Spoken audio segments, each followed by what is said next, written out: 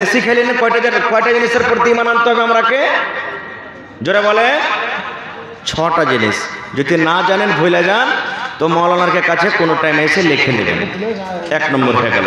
তো 6টার মধ্যে একটা একটা করে যদি আলোচনা করা হয় গোটা রাত কেটে যাবে, শেষ হবে না। আমি 5টাকে বাদ দিয়ে দিলাম, একটাই মাত্র আখিরাত। আখিরাতের প্রতি ঈমান আনতে হবে। আখিরাত বলে বিশ্বাস আছে আপনার কে? একদিন মরে যাব, এটার পরে বিশ্বাস আছে? জোরে বলেন, বিশ্বাস আছে?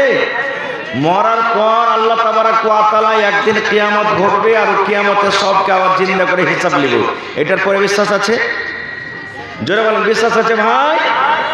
জি। যদি বিশ্বাস না থাকে তাই যে আপনাকে ঈমান আনতে হবে, বিশ্বাস করতে হবে, না হলে আপনাকে পাক্কা সাচ্চা মুসলমান বলা হবে না। তো মুসলমান আপনি নন।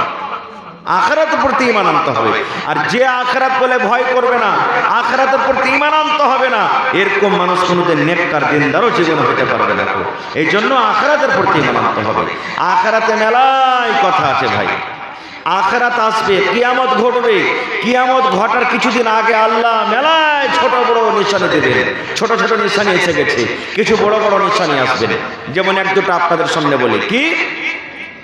আল্লাহ রাসূল বলেছেন কিয়ামতের একটা বড় নিশানি এটা হবে রে, দুনিয়াতে দাজ্জাল আসবে। ওরে সুবহানাল্লাহ, দাজ্জাল দুনিয়াতে আসবে, এত খতরনাক হবে।